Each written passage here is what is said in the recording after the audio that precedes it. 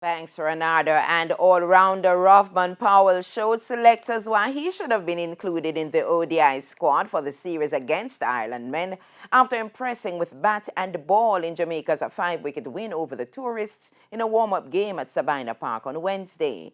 Powell, who has only been selected for the one-off T20 against the Irish, produced a 63-ball knock of 82 not out to lead the Jamaica Scorpions to victory over the travelling Irish. Powell struck 4 fours and 6 sixes and shared in a 94-run partnership with Paul Palmer Jr., who made 33.